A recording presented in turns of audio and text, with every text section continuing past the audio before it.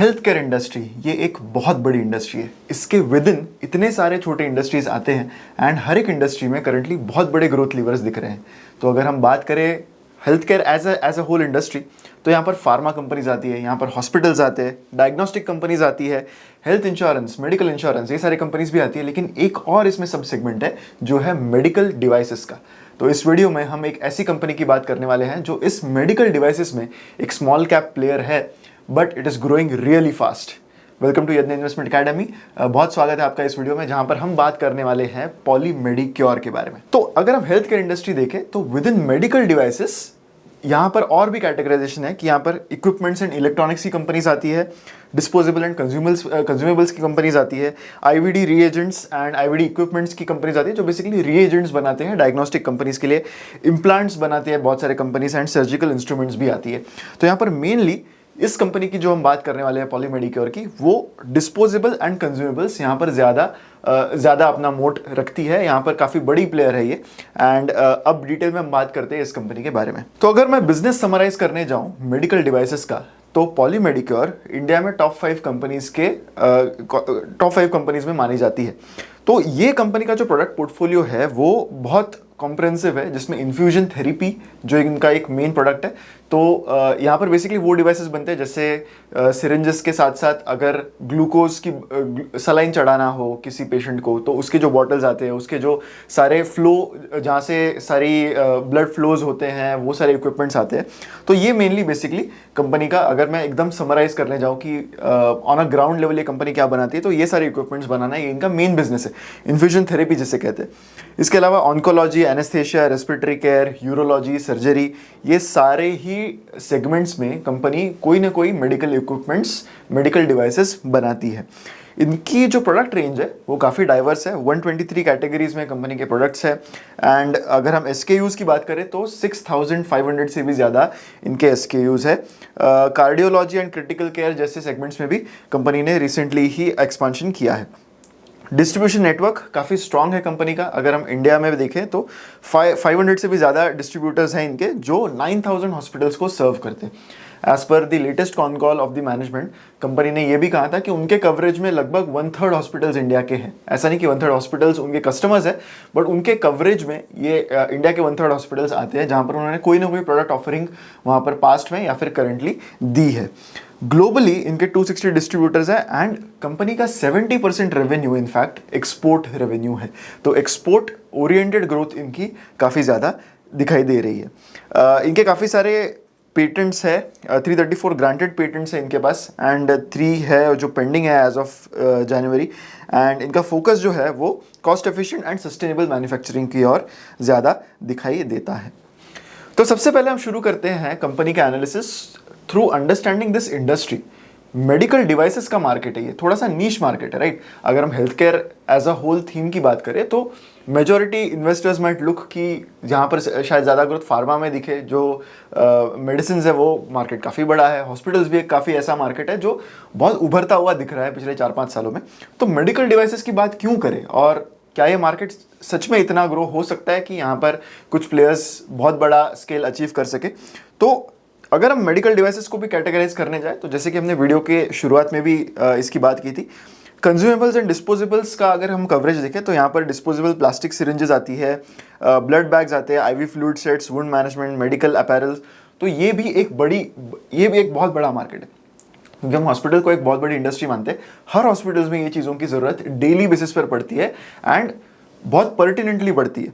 Implants, ये भी एक बड़ा मार्केट है।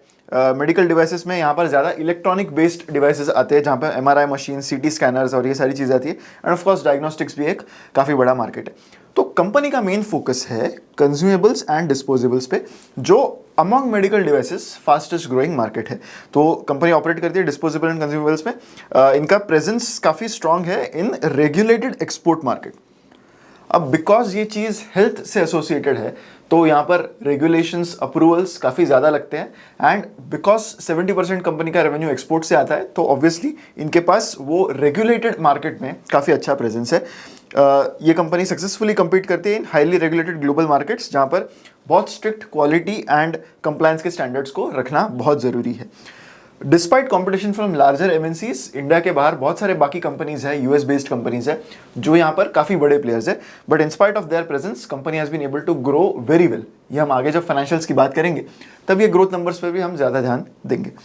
इनका एक काफी अच्छा प्रूवन ट्रैक रिकॉर्ड है पिछले 10 साल में, जहां पर इन्होंने अपने सिर्फ रेवेन्यू ही नहीं पर अपने मार्जिन्स और अपनी जो प्रॉफिटेबिलिटी है वो भी काफी अच्छे से कंपाउंड की है। तो अगर मार्केट साइज की बात करें तो ग्लोबल मेडिकल डिवाइसेस का market at the end of 2023 calendar year लगभग 500 कह सकते हैं $500 बिलियन का था। तो काफ़ी बड़ा मार्केट तो ऑलरेडी था।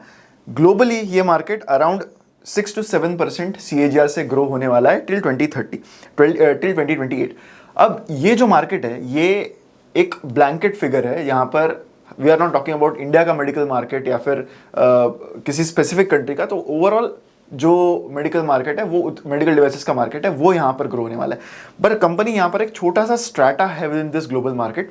अगर यहाँ पर थीम आती है where company can replace other players also, तो वो इनके ग्रोथ में ज़्यादा लीवर्स ऐड कर सकता है। अगर जोग्राफिकल ब्रेकअप देखें हम ग्लोबल मेडिकल डिवाइसेस इंडस्ट्री का, तो you will C in this diagram here कि 2019 में 2023 में north America remains a very important market, जो बेसिकली सबसे ज़्यादा यहाँ पर बेसिकली ग्लोबल मेडिकल डिवाइसेस की इंडस्ट्री यहाँ पर सबसे बड़ी है। इसके मुकाबले Europe has also a significant share. Asia Pacific has a relatively very small share यहाँ पर, अगर ग्लोबल मेडिकल डिवाइसेस इंडस्ट्री को अगर हम ब्रेकअप करने जाए तो बेसिकली कंपनी का प्रेजेंस अब भी manufacturing facility point of view से एशिया पैसिफिक में ही है एंड स्कोप यहाँ पर बहुत बड़ा दिख रहा है अगर हम एक्सपोर्ट मार्केट के पोटेंशियल को एक्सप्लोर करने की बात करें, which is based in north America and Europe. तो इंडिया का जो मेडिकल डिवाइसेस का मार्केट है यहाँ पर ग्रोथ एक्सपेक्टेशन फ्रॉम 22 से 30 वाली जो ग्रोथ एक्सपेक्टेशन है वो 20% CAGR की है। तो हेल्थ केयर थीम के बारे में जो इन्वेस्टर्स में थोड़ी बहुत एक्साइटमेंट नजर आती है इन दीज टाइम्स, उसका रीज़न है कि ये थीम सिर्फ हॉस्पिटल्स की ग्रोथ पर या फिर फार्मास्यूटिकल्स की ग्रोथ पर या फिर डायग्नोस्टिक की ग्रोथ पर नहीं है। यहाँ पर विद इन दिस इंडस्ट्री जो सारे सब सेगमेंट्स हैं वो भी सारे पॉइज्ड है to grow really well. As per this brokerage report, जो जहाँ से जो डेटा एक रिसेंटली IPO हुई कंपनी लक्ष्मी डेंटल के DRH से लिया गया है, इंडिया में जो ग्रोथ रेट्स है फ्रॉम 2022 टू 2030 हॉस्पिटल्स में एक्सपेक्टेशन है कि 18% की ग्रोथ रेट दिखाई देगी, फार्मास्यूटिकल इंडस्ट्री में अराउंड 12% की होगी, डायग्नोस्टिक इंडस्ट्री में 13% की होगी, लेकिन मेडिकल डिवाइसेस में 20.4% की industry wide Indian growth expected है। तो कंपनी एक इंपॉर्टेंट प्लेयर है विद इन इंडिया जहां पर इंडस्ट्री वाइड ग्रोथ काफ़ी ज़्यादा दिख रही है। तो देयर इज़ अ रीज़न कि क्यों इस कंपनी की बात अब होने लगी है and why this company's valuation is where you see it right now. तो पॉलीमेडिक्योर की जब बात आती है तो इंपोर्ट सब्सटीट्यूशन ये एक बहुत मेजर थीम है। अब इसकी बात क्यों है ये हम एक्सप्लोर करते हैं। तो ये एक मेडिकल डिवाइसेस एक ऐसी इंडस्ट्री है जहां पर इंडिया अभी भी बहुत ज़्यादा डिपेंडेंट है ऑन इंपोर्ट्स।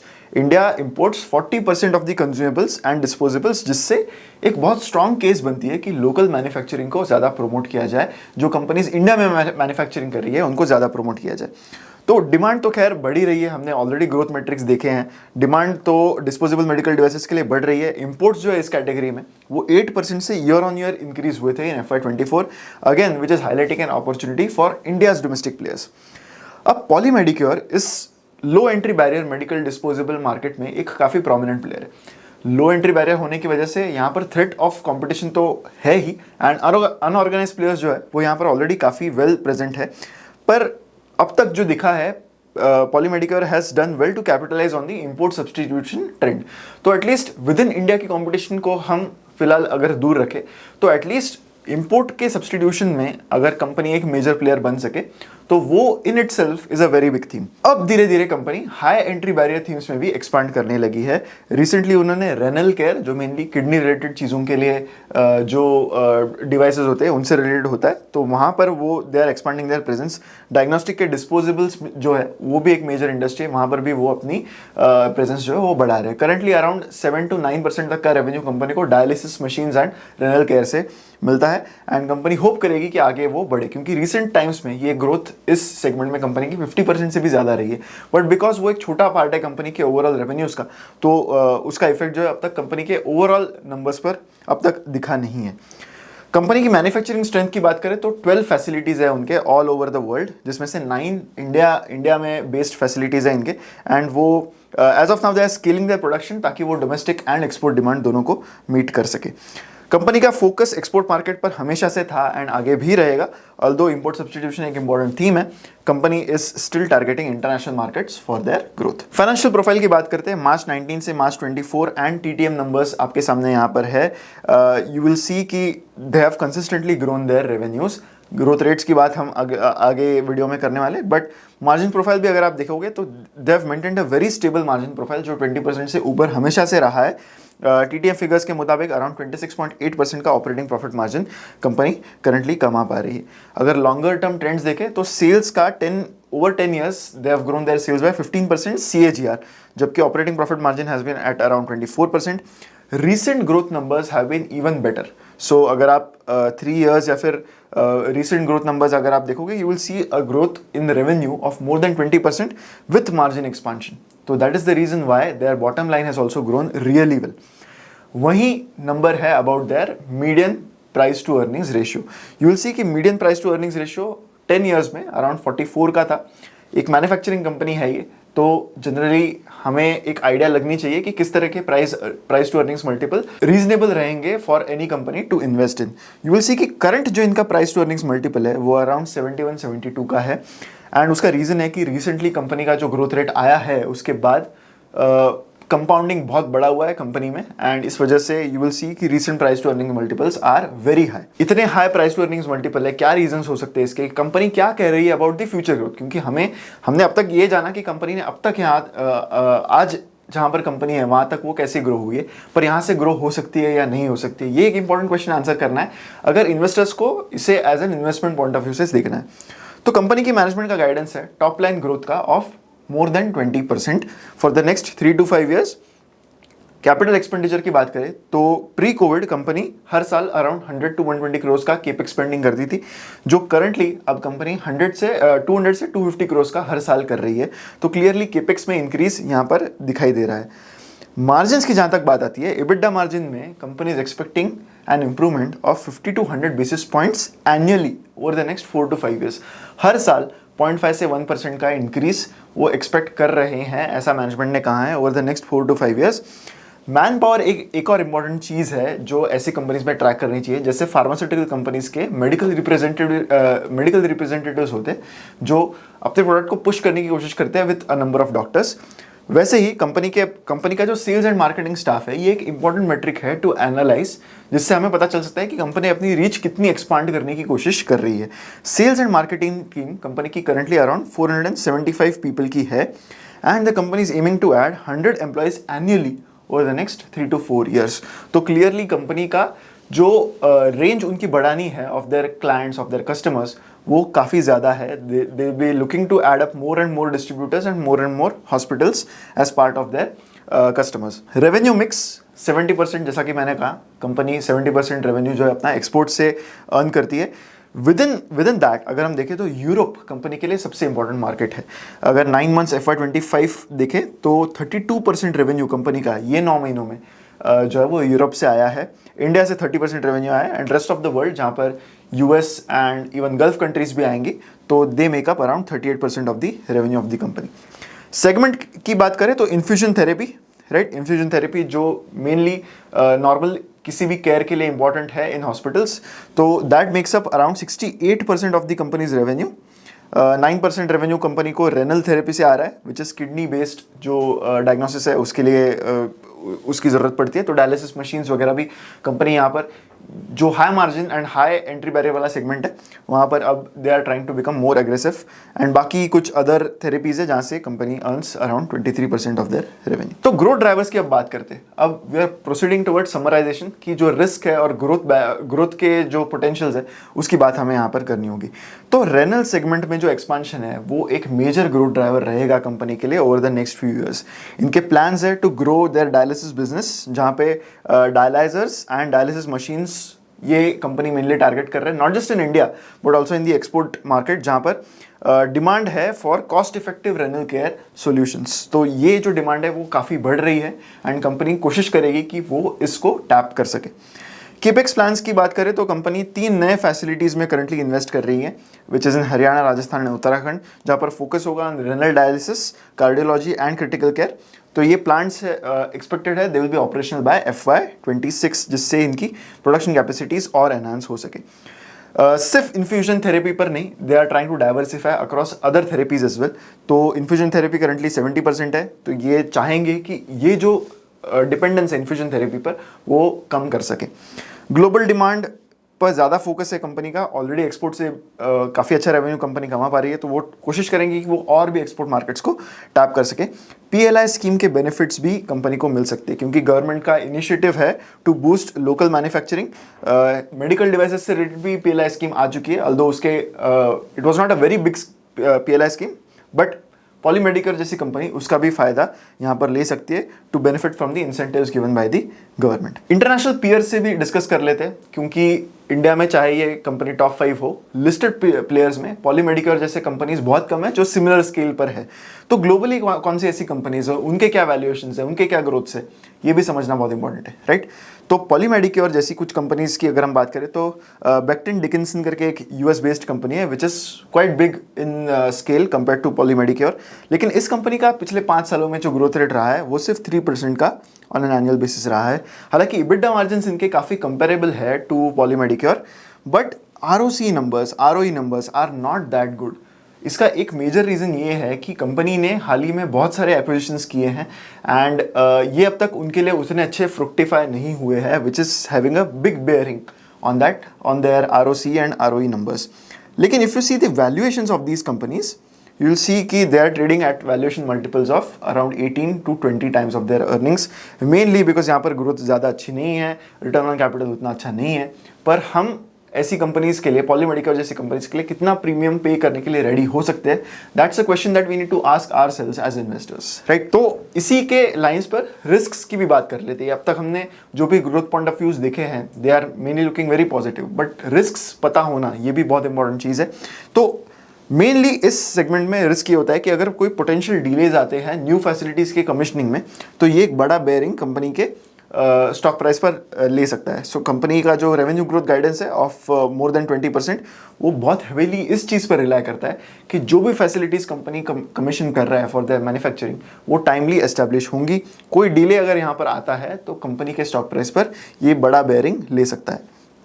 कंपनी का यूरोपियन मार्केट्स पर काफ़ी ज़्यादा डिपेंडेंस है एंड जो एक्सपोर्ट मार्केट है वो बहुत ज़्यादा कंट्रीब्यूट करता है यूरोप के पॉइंट ऑफ व्यू से। तो अगर यहाँ पर कोई एडवर्स डेवलपमेंट्स आती है इस रीजन के लिए, तो वो कंपनी के लिए एक regulatory and market disturbing challenge हो सकता है। Supply chain and raw material dependency काफ़ी ज़्यादा है। ये जो इक्विपमेंट्स बनाते हैं ये बेसिकली प्लास्टिक बेस्ड या फिर ऐसे रिलेटेड मटेरियल्स में होते हैं, तो ऑब्वियस सी बात है कि क्रूड के ही डेरिवेटिव्स है, जो रॉ मटेरियल्स है कंपनी के, वो क्रूड के ही डेरिवेटिव्स है। तो इसके प्राइजेस पर इनका जो मार्जिन्स का हिलना है वो एक नॉर्मल सी बात है। 70% कंपनी का जो रॉ मटेरियल है वो इंपोर्ट होता है primarily from countries like Korea along with US, China and Taiwan. तो ये डिसरप्शंस अगर यहाँ पर आते हैं, सप्लाई चेन डिसरप्शंस हमने पिछले 3-4 साल में बहुत देखे, तो ऐसे डिसरप्शंस कंपनी पर काफ़ी ज़्यादा प्रेशर डाल सकते हैं, specially on their margin front. Competition, अगर हम लो एंट्री बैरियर की इंडस्ट्रीज देखें तो कंपटीशन का आना यहाँ पर एक नेचुरल सी बात है। एंड अगर एक इंडस्ट्री ही 20% से ग्रोथ एक्सपेक्टेड है, तो जाहिर सी बात है कि यहाँ पर बहुत सारे नए companies will try and enter this space. Although यहाँ पर आपको रेगुलेटरी अप्रूवल्स लगते हैं एंड बहुत सारी चीज़ें लगती, पर अगर इंडस्ट्री में ग्रोथ बहुत बड़ी है, हमने क्विक कॉमर्स में देखा कि अगर क्विक कॉमर्स में इंडस्ट्री की ग्रोथ बहुत बड़ी दिख रही है तो कैसे इमरजेंस ऑफ कंपटीशन बहुत बढ़ जाता है। तो जहाँ पर भी ग्रोथ ज़्यादा दिखेगी वहाँ पर कंपटीशन तो आनी ही है, एंड ये एक मेजर थ्रेट और रिस्क कंपनी पर हमेशा से रहेगा।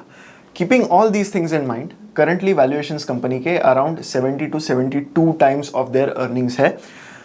कोई भी मीडियन लेवल के वैल्यूएशंस अगर आप देखो इन द पास्ट, तो clearly these valuations are at a premium compared to the historical valuations of the company.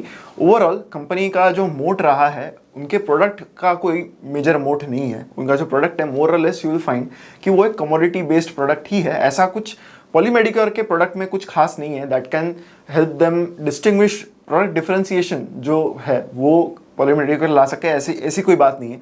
It's just that they have grown really well in a segment जहाँ पर growth levers काफ़ी ज़्यादा अच्छे हैं, and obviously market expect करता है कि आगे भी ग्रोथ दिखेगी। इसी वजह से the market is giving it a very high price multiple in the market right now. तो ओवरऑल अगर समराइज करने जाएं तो definitely the company is very good, but is it a very good investment, that remains a question जो हमेशा valuations ही answer करेंगे। तो जब भी वैल्यूएशंस की तरफ दिखना है, इन्वेस्टमेंट पॉइंट ऑफ व्यू से किसी कंपनी को दिखना है, तो मार्जिन ऑफ सेफ्टी का होना एक बहुत इंपॉर्टेंट चीज़ है, ये मैं समझता हूँ। क्योंकि मेरा पर्सनली ज़्यादा जो फोकस है वो वैल्यूएशन या फिर वैल्यू मिलना इंपॉर्टेंट है, इसी पर रहता है। करंटली कंपनी के पी मल्टीपल 70 है एंड ग्रोथ अगले 3-4 साल में बहुत अच्छी एक्सपेक्टेड है, बट 3-4 साल बाद वैल्यूएशन मल्टीपल्स 70 होंगे या उससे कम होंगे, उससे ज़्यादा होंगे, ये इसका अभी अंदाज़ा लगाना बहुत मुश्किल है।